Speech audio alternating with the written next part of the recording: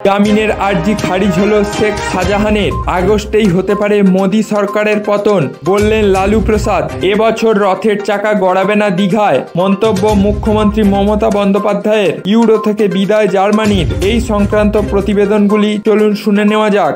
বিজেপির সর্বভারতীয় সভাপতি জেপি নাড্ডার নির্দেশে বিজেপি 24টি রাজ্য এবং কেন্দ্রশাসিত অঞ্চলে পর্যবেক্ষক এবং সহ পর্যবেক্ষক নিয়োগ করল, তাতে বাংলার কারো নাম নেই। জামিনের আবেদন খারিজ করল কোর্ট। সন্দেশখালীর শাহজাহানকে আবার জেলেই পাঠালেন বিচারক।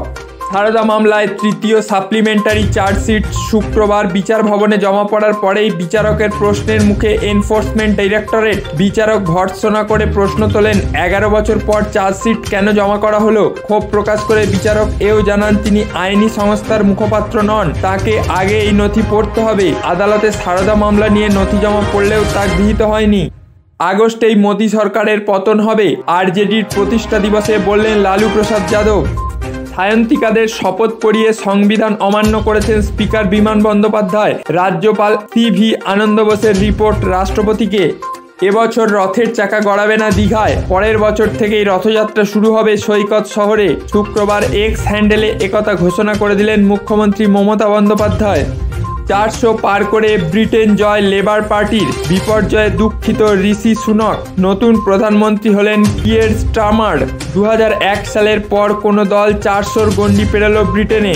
সারোগেসিতে মা হলেও মিলবে মাতৃত্বকালীন ছুটি, সরকারকে বন্দোবস্ত করতে বলল ওড়িশা হাইকোর্ট। ইউরো থেকে আয়োজক জার্মানির বিদায়, 118 মিনিটের গোলে ক্রুজদের হারিয়ে সেমিফাইনালে স্পেন। খুব সম্প্রতি সব দপ্তরের প্রধানদের উদ্দেশ্যে মুখ্য সচিব ভগবতী প্রসাদ গোপালিকার বার্তা, জেলা শাসকদের সঙ্গে কোনো বৈঠক করার আগে তাঁর অনুমোদন বা ছাড়পত্র নিতে হবে। কঠোরভাবে যাতে এই নির্দেশ পালন করা হয় সে কথাও বলা হয়েছে। প্রশ্ন উঠেছে, তবে কি অনুমোদন না মিললে বৈঠকই করতে পারবেন না বিভাগীয় প্রধানেরা?